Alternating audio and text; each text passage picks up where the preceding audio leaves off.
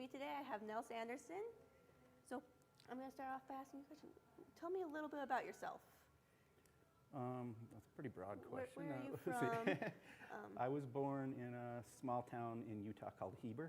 It's if you don't know where it is, it's on the other side of the mountains from Park City. If you skied off the back side of them, and it used to be a small rural town. Now it's just a suburb of Salt Lake and Provo. But that's where I went to school, participated in 4-H activities, and never expected myself to live in the big city, but now I live in Salt Lake City, where I run a company called Drum Utah, and I like to travel. I don't know, what would you like to know? What is Drum Utah? Drum Utah is a company where I take out lots of drums to people that may have zero experience all the way up to lots of experience, and give everybody an instrument, whether it's a drum or a piece of small percussion, and get everybody to work together. It's kind of like team building, and just get people to try and experience new things, step out of their comfort zones. Why did you come to start it? And yeah. I actually got the first experience in a really weird way. A friend of mine who seemed to know me better than I do was at a after-school conference, and she met a guy that did after-school programs with drums, and she said, "I know a guy that would love to work with you." And I don't know why, because I didn't play drums.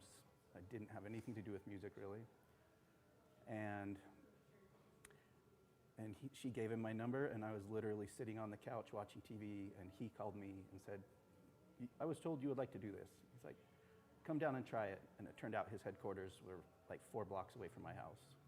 And I went down and started drumming with him, and he's like, "Come try it." And I went to a couple schools and fell in love, not with the music, but with the laughter that music, and being silly and just drumming. I fell in love with the laughter and fun that you can have, both with kids and adults. Very cool. If you weren't doing Drum Utah, what would your profession be? I had just graduated in biology, and I was trying to be a biologist when I grew up. And I was working in a lab when I started doing drumming, and somehow the drumming just took over. At the time, I was working at a lab, and I was working at the YMCA, working with kids there, and working with my wife at pizza joints. And I had all these jobs and was getting stressed out and doing drumming, and I finally told him, "I either need to work for you or go on and do something else, because I can't be spread so thin." And he ended up selling me my first franchise. I started as a franchise, and then eventually just had my own company. Very cool. What is the biggest highlight of your career so far? The biggest highlight, I would definitely say, I got a random call from a friend. Well, I was going to Hawaii and randomly connected with a friend, and they owned a company. And once I met her husband, he said, "Come visit me." I was doing a training in Hawaii. I was doing a drum training. And he's like, "We live a couple miles from that training. Come visit me after your training." I went and met him, and when I got there, he's like, "We're taking you to India." And so the highlight was going to India.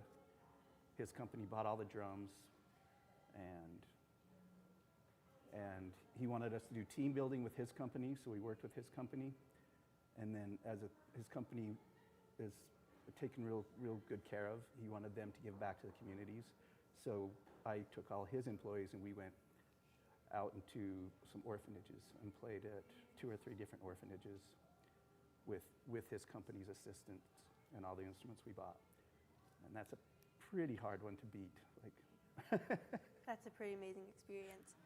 What would you say you were like in 9th grade, 10th grade, same age as we are now? I was pretty socially awkward, except for when my really tight-knit of friends. There's no chance I'd ever get up in front of people. I was obsessed with animals. I used to have dozens and dozens of birds. I had a hedgehog, ferrets, chinchillas, ducks, you know, you name it. No horses though. And I don't know, I was kind of a loner, except for in my little tight group of friends. Nice. So I heard we've talked about the fact that you were in 4-H. What clubs were you in? The first club I was in was collecting insects.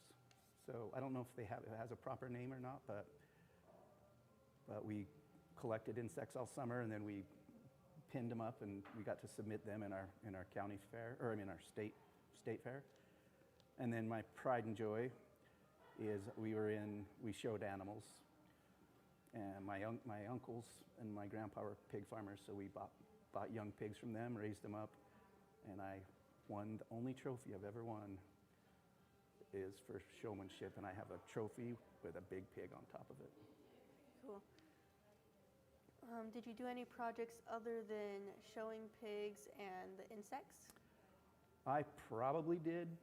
My mom was really kept us involved, but I can't remember, because we also had like scouts and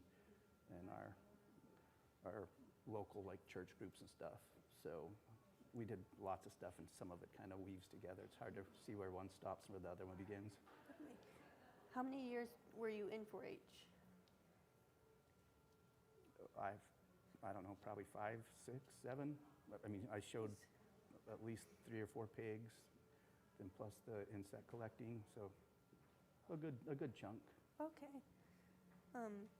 Did 4-H help you to develop any of the skills that you now use today in what you do? Absolutely. The nature side of it, like the collecting bugs and stuff, like made me want to become a biologist. And even though I do drumming, I still try to keep the biology inside it. Like, so especially when I'm working with kids, I kind of do like covert science education, and we'll talk about sound and how animals will hear, or how insects work, or how elephants hear. You know, so I secretly teach little science lessons in there. And then as far as like showing the pigs, for a shy little kid to have to get out and walk a pig with a bunch of people gathered around and they're announcing things, like, you know, that's definitely confidence building to do something, like to put yourself out there and be in front of people. Very cool. If you had one message to share with 4-H youth today, what would it be? Join an activity that's intimidating. Like, I think it's good to try something that you're scared of and experience sometimes you might fail, but you learn, but you'll like really challenge yourself and do things that are out of the norm, because I didn't know drumming was a thing. And I was scared of public speaking. Like, I took a public speaking course in college, and the whole time up there, my voice was this, and it was in front of like 10 people. And I tried this thing that I was scared of, and I'm still nervous getting up in front of people, but it's paid off and given me so many adventures. Like, trying something new is like all the time, even if it's not in the 4-H, try something new. Thank you for your time today. Absolutely.